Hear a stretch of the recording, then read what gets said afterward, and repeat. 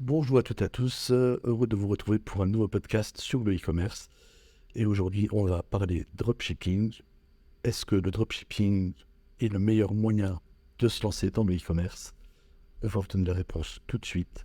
Mais déjà, on va définir ce qu'est le dropshipping. Le dropshipping, c'est un modèle d'e-commerce tripartite. Il se compose donc d'un commerçant qui ne stocke pas de marchandises, mais qui sert d'intermédiaire. Il passe une commande à un fournisseur tiers qui expédie directement les produits au client final. Ce fournisseur tiers est un grossiste qui permet à des revendeurs de proposer ces marchandises à des particuliers. Donc le dropshipping, c'est un modèle qui permet de se lancer facilement dans le monde de l'e-commerce sans avoir un investissement qui soit conséquent.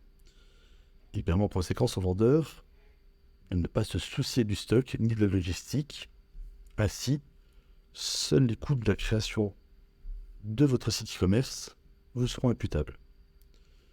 Il reste cependant encadré par la même législation que la vente en ligne dite classique, comme le droit d'interprétation par exemple.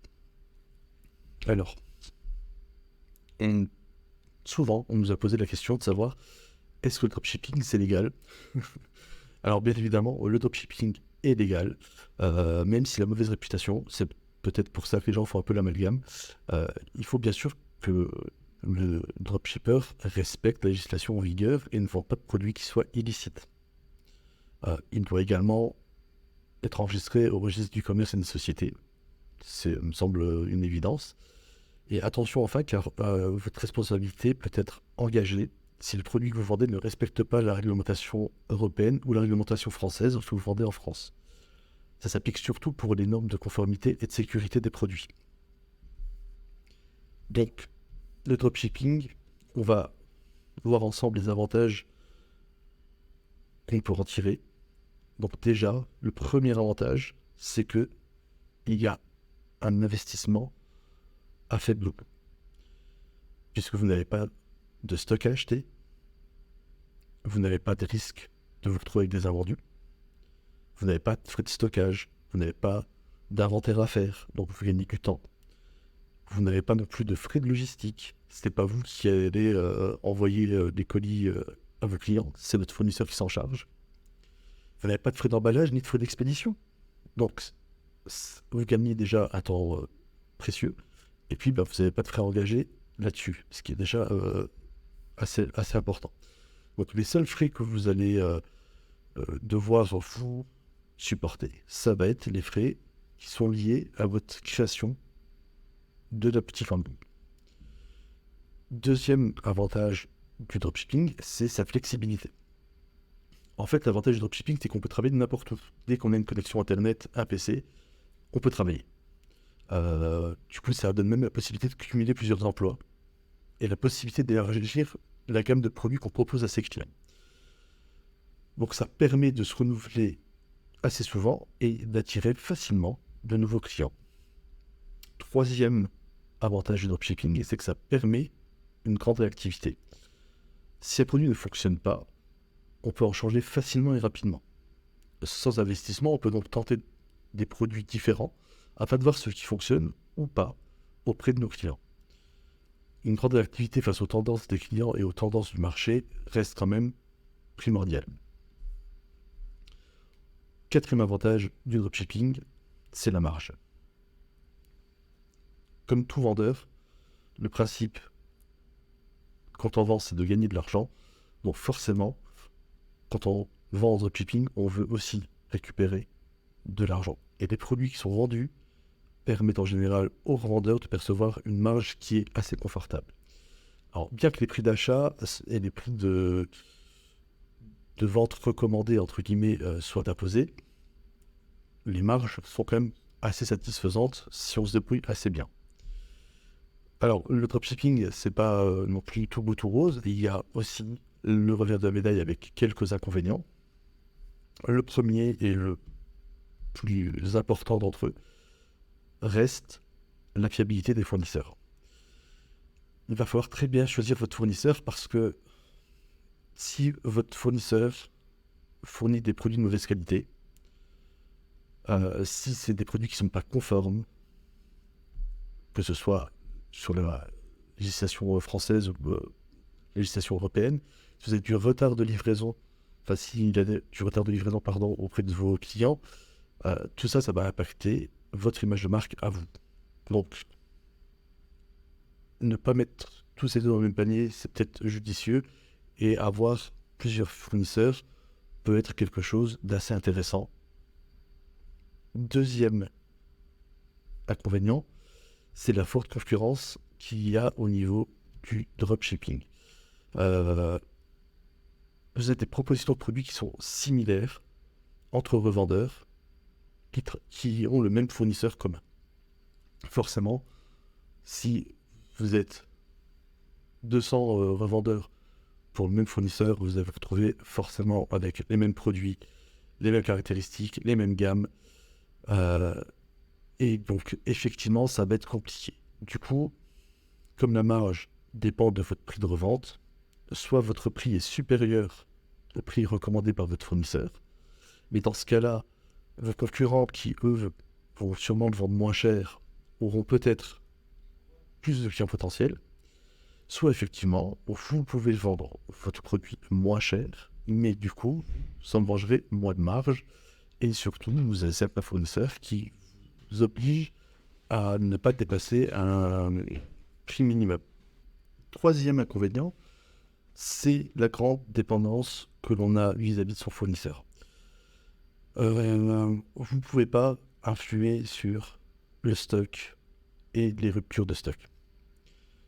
Les prix aussi, vous ne pourrez pas influer sur les prix qui fluctuent en fonction des matières premières. Vous ne pouvez pas influer non plus sur les délais de livraison. Donc vous n'avez pas de vision sur la logistique en cas de souci. C'est-à-dire que s'il y a du retard de livraison, si le colis de votre client, par exemple, est perdu, vous ne pouvez pas voir où il est, vous ne pouvez pas intervenir. Ça pose quand même un gros souci. Et puis aussi, n'oubliez pas que si jamais votre fournisseur a expédié une marchandise à votre client, mais qu'entre-temps, votre client fait jouer son droit de rétractation, vous allez vous retrouver avec de la marchandise sur les bras. C'est-à-dire que souvent, le fournisseur ne sera pas forcément obligé de vous reprendre votre marchandise en vous disant « trop tard, tu l'as payé, je l'ai expédié, tu te débrouilles avec ». Et puis, le quatrième inconvénient, c'est l'image de marque. Il ne faut pas oublier qu'en cas de litige, vous êtes en première ligne. La gestion du service client et du SAV, ce sera pour vous, donc, le premier interlocuteur de vos clients, ce sera vous, et c'est normal puisqu'ils ont passé commande sur votre site. Donc le droit de rétractation va vous obliger à rembourser un client sans pouvoir retourner le produit à votre fournisseur s'il ne vous l'autorise pas. Ça veut dire qu'il va falloir prévoir une trésorerie spécifique pour les frais de remboursement, et aussi, en plus de votre trésorerie classique, qui va vous servir à payer votre fournisseur à la fois vous allez lui acheter des marchandises. Vous risquez du coup d'avoir des avis négatifs suite au souci logistique de votre fournisseur, et il peut être difficile pour les dropshippers qui veulent travailler avec plusieurs fournisseurs de pouvoir tous les coordonner en même temps. Vous avez aussi la difficulté de connaître les produits que vous allez proposer à vos clients. Sauf si effectivement vous avez déjà acheté quelques produits chez votre fournisseur et que vous êtes sûr de la qualité, mais vous n'allez pas pouvoir acheter toute la gamme, tous les produits proposés. Donc effectivement, ça c'est aussi un point négatif. Et puis vous avez l'autre difficulté qui va être de gérer les conditions de livraison. Vous ne savez pas avec quel transporteur votre fournisseur va travailler, vous ne savez pas dans quelles conditions ça va être livré. Donc tout ça, c'est des choses sur lesquelles vous n'avez pas la main et qu'il faut bien prendre en compte au moment opportun. Ensuite, cinquième inconvénient, c'est le fameux duplicate content. Les fiches produits sont faites par vos fournisseurs et elles sont distribuées à tous les revendeurs qui font du dropshipping. Du coup, on se retrouve souvent avec des produits qui ont les mêmes fiches techniques, les mêmes photos, et les boutiques de dropshipping se ressemblent de plus en plus. Elles sont vraiment semblables les unes aux autres, quasiment. Bon, c'est vrai que le duplicate content, on sait que Google n'aime pas, donc au niveau référencement, on n'est pas bon. Et puis, si en plus, quand vous naviguez d'une boutique à l'autre, elles se ressemblent toutes, ça ne donne pas forcément passer à l'acte d'achat quand on est un client. Bon, il va falloir jouer sur le thème personnalisé de votre boutique, qui fera qu'effectivement vous aurez une identité visuelle, et puis aussi sur d'autres petites astuces qui vont vous permettre de vous démarquer de la concurrence. Donc, en conclusion, le dropshipping, ça reste un moyen qui est flexible et rapide pour créer sa boutique et pour vendre en ligne, sans investir énormément d'argent. Cependant, il faut quand même faire attention, les marges bénéficiaires restent une promesse fébrile, parce qu'on l'a vu, vous êtes tributaire de votre fournisseur, et que si demain il décide de changer des prix, vous ne pourrez rien faire. Ensuite, la fiabilité de vos fournisseurs va directement impacter votre image et votre e-réputation. La gestion du service client en cas de litige peut vite devenir chronophage, d'une part, mais surtout risque de vous faire perdre de l'argent à long terme en cas de répétition constante. Dans ce cas-là, changez rapidement de fournisseur. Il faudra aussi peser le pour et le contre avant de savoir si le dropshipping c'est un modèle qui est bon pour votre entreprise ou pas. Si vous tentez l'expérience, il va falloir être sûr de la bonne fiabilité de vos fournisseurs. Il existe en plus notamment des fournisseurs français aujourd'hui avec qui il ne faut surtout pas hésiter à travailler. Ça peut faciliter en plus vos démarches et surtout en cas de litige, ça permet de mieux se comprendre et de régler rapidement un souci. Enfin, il existe de nombreux CMS comme PrestaShop, Shopify qui vous permettront de créer simplement votre boutique en ligne, quelques clics. Et le meilleur moyen de se démarquer de la concurrence des boutiques de dropshipping, c'est de pouvoir donner à vos clients une expérience sans friction. Il va falloir que vous trouviez un moyen de fidéliser ces clients. Parce qu'effectivement, si le client est heureux, tout se passe bien, mais il ne vous le dira jamais. Par contre, si ça se passe mal, il va mettre des mauvais avis sur votre boutique, et là, effectivement, ça fera chuter votre référencement, ça ne donnera pas une bonne image de marque de votre boutique en ligne. Donc, effectivement, il va falloir trouver comment le fidéliser et comment réduire un maximum les tensions qu'il pourrait y avoir pour de la vente en dropshipping.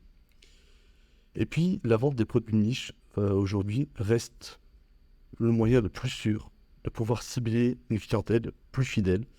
Par contre, il va falloir faire attention à rester en phase avec les tendances du client, mais aussi avec les tendances du marché. Voilà, j'espère que ce podcast vous aura éclairé sur le dropshipping, qui vous aura été utile. J'espère que vous aurez pris autant de plaisir à l'écouter que moi à le faire. Je vous dis à très bientôt. Au revoir. Bye bye.